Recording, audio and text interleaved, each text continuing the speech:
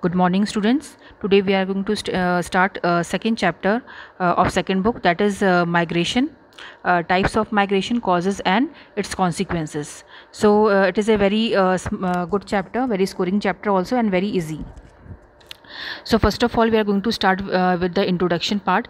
That is, in the first paragraph, you can see that Ram Babu is a person who is working as an engineer in Bhilai steel plant, Chhattisgarh. But he was born and brought up in Bhojpur district of Bihar. But at the age of 12 only, he moved to a nearby town Ara to receive his 12th education, and he passed out his education from Ara only, and then he went to Sindri, Jharkhand for his engineering degree. जहाँ पे फिर उसके बाद engineering करने के बाद ही got job as an engineer at Bhilai, where he is living for 31 years. Then his parents were illiterate, and as his father was a farmer, so they got very little income from agriculture. So they spent their whole life in poverty only, in that village only. So their parents never migrated, but Ram Babu, when he received education from different places, it means he migrated for better education, for better employment opportunities in different places, where he then that's because of migration his life was he was able to improve his life rather than his parents, who spent their whole life in that village only and in poverty. Then if you talk about Ram Babu, he had 3 children. उनके 3 बच्चे हुए, और तीनों जो हैं अब देखते हैं उनके साथ क्या क्या हुआ. First he had 2 sons. So one studied at Allahabad and he then move to Mumbai, and he is presently working at Delhi as a scientist. So उनके जो उनका जो एक बेटा था वो इलाहाबाद, मुंबई एंड दिल्ली में माइग्रेट हुआ. एंड देन जो एक लड़का था वो he is now living in USA. सो वो उसने डिफरेंट यूनिवर्सिटी से एजुकेशन रिसीव की, and finally he was living in USA. And his daughter, she is successfully married in Surat, Gujarat. So you can see that his 3 children also, they never stayed in Bhilai. Bhilai might be their birth place, but they did not spend their life there. They migrated to different parts of India and the world. So from his story you can understand that how a person from a village, he migrated to other cities or the districts to receive better education for engineering degree, then for better life. In fact, when he received education, he also pushed his children, and his children also migrated to different parts of India and world to for improving their life condition. So it means, what is this? This is the migration of people, the movement of people. Rarely it happens that a person who is born at a place, he will always live there only, he will spend rest of his life there. ये बहुत ही कम होता है. Maximum cases में क्या होता है कि जहाँ पे भी आपका प्लेस ऑफ बर्थ होता है, आपको किसी ना किसी फैक्टर की वजह से you have to leave that place, maybe because of marriage. If you are a girl, you have to leave that place for marriage, और you have to move to some other cities or state for better education, for receiving better education, or you have to permanently leave it for when you get employment in some other states. अगर आपका पढ़ाई का problem है या health का है, तब तो आप टेम्परेरी मूवमेंट है, बट अगर आपको कहीं एम्प्लॉयमेंट मिल गई, तब आपको वहाँ पे हमेशा सेटल होना पड़ेगा. So migration can be temporary और it can be permanent also. It depends on the situation and the reason why you are moving. So here you can see there are 2 things. One is place of birth and other is place of residence. So ज़रूरी नहीं है कि जो आपका place of migration से दोनों ही चीज़ें attached हैं, तो it is not compulsory or it is not necessary that what is your place of birth will also become your place of residence. बहुत बार ऐसा होता है कि जैसे मैंने अभी आपको बताया कि जहाँ पे भी लोग पैदा होते हैं, उसकी जगह पे क्या होता है, वो बहुत बार आउट माइग्रेट कर जाते हैं और किसी और जगह पे रहते हैं. तो place of residence can be different also. आपके प्लेस ऑफ बर्थ से वो अलग भी हो सकता है. फॉर एग्जांपल, आप ऋषिकेश में रहते हो, आपकी पैदाइश जो है ऋषिकेश में हुई है, बट आपको जब कहीं और जॉब मिलेगी, मान लो दिल्ली में या मुंबई में, तो आपको अपना प्लेस ऑफ बर्थ छोड़कर और आपको दूसरी जगह शिफ्ट होना पड़ेगा, and that city will become place of residence for you, and you might spend your whole life there only. So ये पॉसिबिलिटी होती है. Now this 2 bar diagrams are given, which is very important. In one of the this bar diagram you can see intra-state migration. the heading is streams of migration. So streams of migration means migration always takes place in a particular direction, maybe from rural to rural areas, from rural to urban, urban to urban, or urban to rural. So these are the four streams of migration, and people, male and female, migrate in these in these streams only. तो ये जो migration होता है इसमें आप देख सकते हो कि that light grey colour is showing male population and dark grey colour is showing female population. So there are 4 streams, rural to rural, then rural to ये क्या दिखा रहा है बहुत क्लियर नहीं है, rural to urban, urban to rural, urban to urban. So in this case intra-state migration basically means that when people are moving within a country, movement of people within a state.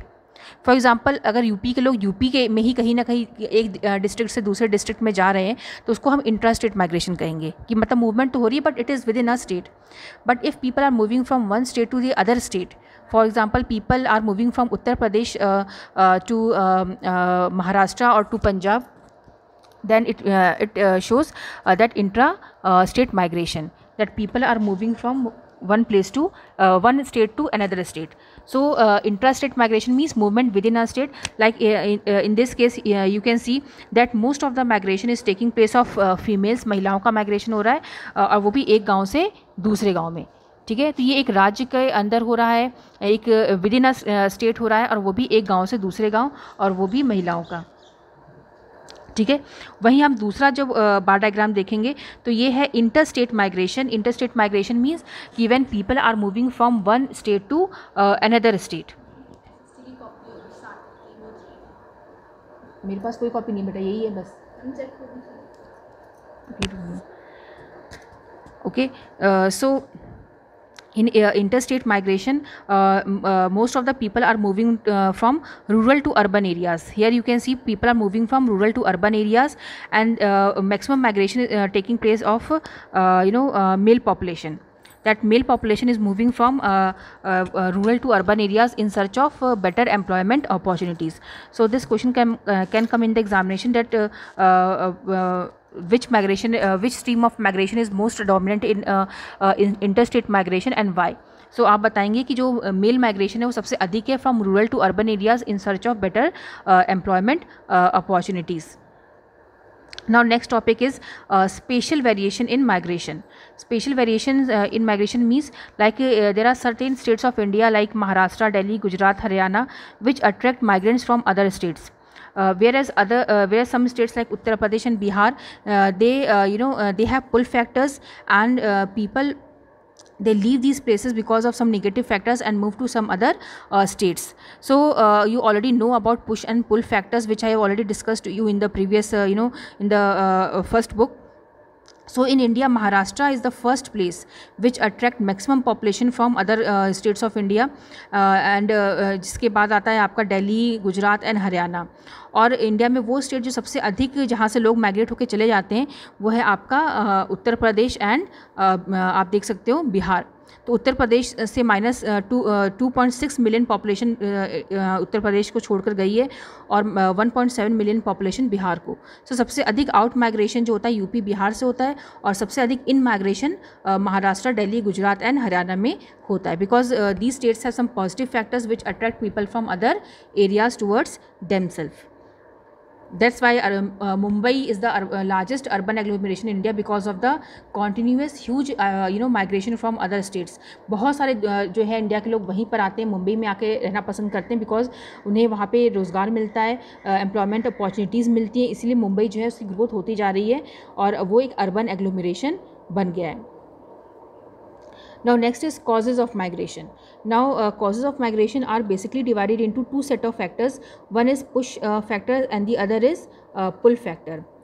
Push factor basically means the negative factors because of which people are forced to leave their places and they have to go to some other place, like which will be studied later on. And similarly pull factors means attractional forces which attract people towards these states are positive factors because of which people are attracted towards them. Now what are the factors? like poverty, high population pressure on the land, lack of basic infrastructural facilities like healthcare, education, etc. Apart from these factors, natural disasters such as flood, drought, cyclone, storms, earthquake, all these factors are negative factors which forces a person to leave that particular place. On the other hand, certain positive factors which attract people are like better availability of better work, better opportunities, higher wages, better opportunities for education, better health facilities, source of entertainment, etc. These are the factors which attract people towards themselves. Like Mumbai has a very good opportunity, for Delhi has opportunity, Bangalore has opportunity for better employment. So people are attracted towards these cities for better work and better wages. Now, consequences of migration. Consequences of migration basically means that परिणाम आप जो है इस चीज़ को बहुत ध्यान से सुनिएगा। बहुत बार एक क्वेश्चन एग्जाम में आता है और बच्चे जो है कॉन्सिक्वेंसेस की जगह पे कॉजेज़ लिख देते हैं, लाइक कि जो प्रवास होता है वो क्यों होता है, पुल एंड पुश फैक्टर लिख देते हैं। लेकिन आपको बहुत अच्छे समझना है, कॉन्सिक्वेंसेस मीन्स परिणाम, नतीजा। जब लोग माइग्रेट करते हैं तो उसका कुछ नतीजा निकलता है, उसका कुछ परिणाम होता है, रिजल्ट होता है, तो उसके बारे में हमें पढ़ना है। So first consequence of migration is economic consequences. So economic consequence means first is remittances. So people who migrate to some remittances basically see जो आर्थिक जो आपका consequence होता है, it is related to the international migration, because किसी भी देश को international migration से ही सबसे अधिक फ़ायदा होता है। जब उसके नागरिक जो है किसी इंटरनेशनल कंट्री में, दूसरी कंट्री में पहुंच जाते हैं, वहाँ से जो भी वो रेमिटेंसेस सेंड कर, रेमिटेंसेस मीन्स हुड्डियाँ, तो जो वो पैसे वापस सेंड करते हैं अपने देश में। फॉर एग्जांपल इंडियंस जो माइग्रेट करके अमेरिका, इंग्लैंड में, तो वो जो भी पैसे इंडिया में सेंड करेंगे तो उसका हम रेमिटेंसेस कहते हैं। एंड वो इंडिया के लिए फॉरेन एक्सचेंज जो होता है वो उसका रोल प्ले करता है। It is a very important source of foreign exchange for India. In 2002, this is is an example which you have to write. In 2002, India received $11 billion as remittances from international migrants.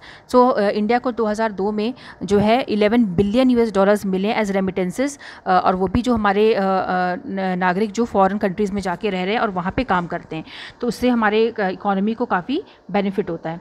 Now there are certain states which receive maximum remittances like Punjab, Kerala and Tamil Nadu. और यहाँ के जो maximum लोग होते हैं वो जो है माइग्रेट कर जाते हैं। लाइक आप जो केरल है या फिर आपके जो साउथ इंडियन स्टेट्स हैं, वहाँ के जो बच्चे होते हैं उनको बेटर इंग्लिश आती है या फिर जो आईटी सेक्टर से रिलेटेड है, तो वो उनको आसानी से फॉरेन कंट्रीज़ में जो है एम्प्लॉयमेंट मिल जाता है, तो वो वहाँ पे माइग्रेट कर जाते हैं। जबकि जो पंजाब है उसमें आप जानते हो कनाडा का उनका काफ़ी क्रेज़ रहता है कि उन्हें कनाडा में माइग्रेट करना है। So the amount of remittances send by internal migrant is very less. मतलब जो हम एक राज्य से दूसरे राज्य में जाते हैं उससे हमें इतना फ़ायदा नहीं होता, लेकिन जब हम इंटरनेशनल माइग्रेशन करते हैं और उससे जो हमारे देश में पैसा आता है उससे हमें काफ़ी बेनिफिट होता है। क्या क्या फ़ायदे होते हैं? जो हमारे देश में वापस पैसा आता है उससे जो जिन फैमिलीज़ के पास आता है वो खाने पीने से लेके अपना कर्जा उतारते हैं, treatment, marriages, childrens education, agriculture inputs, घर बना लेते हैं, कंस्ट्रक्शन ऑफ हाउसेज। और there are certain states of India for which for them remittances are like a life blood. उनके लिए तो ये एक लाइफ ब्लड का काम करती है। लाइक यूपी, बिहार, आंध्रा, हिमाचल के जो माइग्रेंट्स होते हैं उनके लिए काफ़ी फैमिलीज़ के लिए काफ़ी इंपॉर्टेंट है ये पैसे, क्योंकि उनकी फैमिली के मैक्सिमम मेल मेंबर्स दुबई या मिडिल ईस्ट की कंट्रीज़ में जाते हैं और वहाँ पे पैसे अर्न करके फैमिलीज़ में भेजते हैं, जो कि बहुत ज़्यादा यूज़ में आते हैं।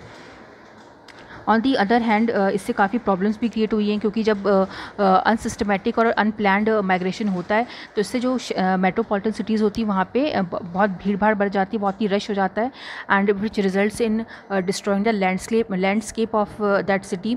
लैंडस्केप ख़राब हो जाता है। लैंडस्केप मीन्स कि आप देखोगे कि बहुत ऊँची बिल्डिंग बनी हुई है, बहुत साफ सुथरा फ्लाईओवर बना हुआ है, उसके नीचे शैंटी एंड स्क्वाटर सेटलमेंट्स बने हुए, जिससे पूरा सिटी का लुक ख़राब हो जाता है, पॉल्यूशन क्रिएट होता है, गंदगी होती है, ओवर क्राउडिंग होती है।